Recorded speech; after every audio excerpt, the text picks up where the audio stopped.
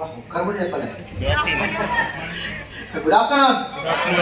Thank you very much అండి. నా పేరు పవన్ రాజ్, నేను హైదరాబాద్ గంబర్పేటలో ఉంటాను. అండ్ ఇందాక చెప్పినారు కదా, మా మిస్సెస్ వాళ్ళ ఫాదర్ ఫుల్ నెగిటివ్ ఉండే బిజినెస్కి. ఏం చెప్పినా కానీ 4 సంవత్సరాలు అసలు వినలేదు, అన్ని నెగిటివ్ మాటలు మాట్లాడుతుండే. నేను మా అప్లయన్స్ తోటి షేర్ చేసుకుంటుండే, సలీం సార్ తోటి కానీ చరణ్ సార్ తోటి. సార్ అందరు ఇంటున్నారు కానీ మా మామనే ఇంటలేడు సార్ అని చెప్పండి. అట్లాగే ఉంటుంది, అట్లానే ఉంటుంది, మన వాళ్ళు వినర్లే అని చెప్పింది.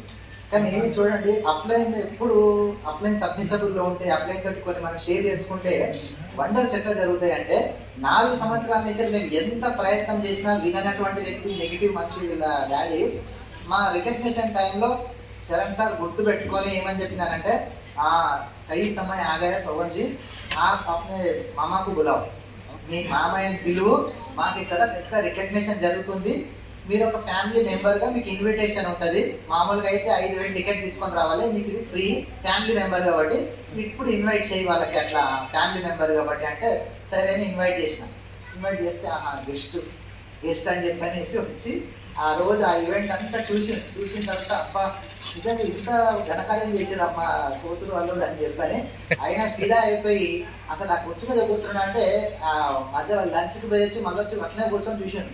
బొమ్మలాగా అట్లనే స్టాచ్యూ లాగా ఈవెంట్ 3 రోజులు అటెండ్ అయిపోయినాడు. అటెండ్ అయినాక అప్పటి నుంచి పాజిటివ్ అయిపోయి ఆయన కూడా బిజినెస్ చేయడం స్టార్ట్ అయ్యింది.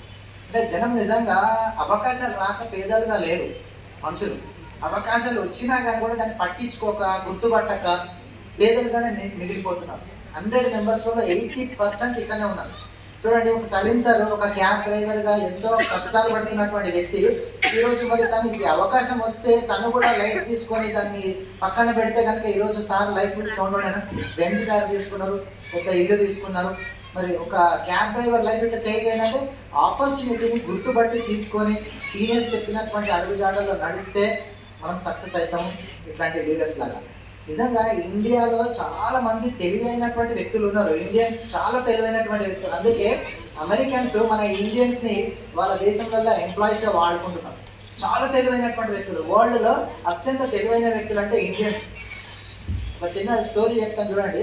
ఇండియన్స్ ఎంత తెలివైనటువంటి వ్యక్తులు అంటే, ఒక వంతెన, ఒక బ్రిడ్జ్ కట్టడానికి ఒక 3 కంట్రీస్ నుంచి ముగ్గురిని పిలిచారు దాన్ని కాంటాక్ట్ ఇవ్వడానికి. ఒకరు వచ్చి చైనా వాళ్ళు ఉన్నారు, ఒకరు వచ్చి జపాన్ వాళ్ళు ఉన్నారు, ఒకరు వచ్చి ఇండియా వాళ్ళు ఉన్నారు. అయితే ఇట్లా మొత్తం కన్స్ట్రక్షన్ చేయాలి, ఈ కొండ మీకే ఆ కొండ మీకు ఇట్లా బ్రిడ్జ్ కట్టాలి, ఎంత అవుతుంది అని చెప్పని చైనా వాళ్ళని అడిగితే ఆడు ఎస్టిమేట్ చేసి 10 కోట్లు అవుతుంది అన్నాడు. ఓకే రైట్, మరి ఇంకొక అడుగుదాం, జపాన్ వాళ్ళని అడుగుదాం అని చెప్పి జపాన్ వాళ్ళని అడిగాను. ఎంత అవుతుంది అని అంటే కనుక 15 crores అవుతుంది, 15 కోట్లు అవుతుంది. అంటే అదేంది ఆయన చైనా ఆయన అంటే, మా క్వాలిటీ వేరే ఉంటుంది, చైనా క్వాలిటీ వేరే ఉంటుంది అంటారు. ఓకే రైట్, సూపర్ అని చెప్పి next last and final India వాళ్ళని అడుగుతాను, ఎంత అవుతుంది నువ్వు కన్స్ట్రక్షన్ చేయకంటే 30 కోట్లు అవుతుంది అని అన్నాడు. 10 కోట్లు 15 కోట్లు అయితే నువ్వు 30 అంటే వాళ్ళ ఏకంగా ఏం చేస్తావా 30 కోట్లు అంటే, ఆ 30 కోట్లలో ఫస్ట్ 10 కోట్లు నీకు లంచం ఇస్తా అంటాడు. మళ్ళీ మిగిలింది ఏంటంటే ఒక 10 కోట్లు నా లాభం అంటాడు. మిగిలిన 10 కోట్లతో అయిపోతుందా అంటే, ఆడున్నాడు కదా చైనా వాడు, వాడు కట్టిస్తా, ఆడు ఎక్కడ అడుగుడు కదా 10 కోట్లకు కట్టడానికి. అంటే ఇంత మేధావులు ఉంటారు మన దగ్గర. కానీ అతి తెలివి ధనము మన